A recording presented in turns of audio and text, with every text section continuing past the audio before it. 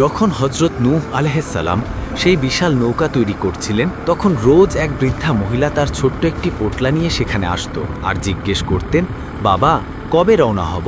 নবীজি কথা দিয়েছিলেন, সময় হলেই তোমাকে ডাকবো মা, তুমি নিশ্চিন্ত থাকো।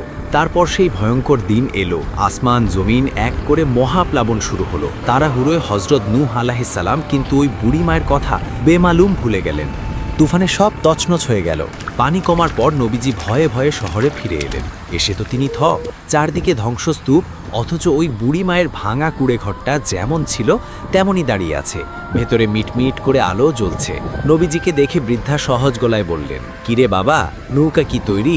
আমরা কি যাব না? নবীজি অবাক হয়ে জানতে চাইলেন, মা তুমি কি এত বড় তুফান দেখনি? বৃদ্ধা বললেন, কই না তো বাবা, একদিন শুধু আকাশটা একটু মেঘলা ছিল আর কয়েক ফোঁটা বৃষ্টি পড়েছিল, ব্যাস এটুকুই। নবীজির চোখে তখন পানি। আল্লাহ জানিয়ে দিলেন, হে নূহ,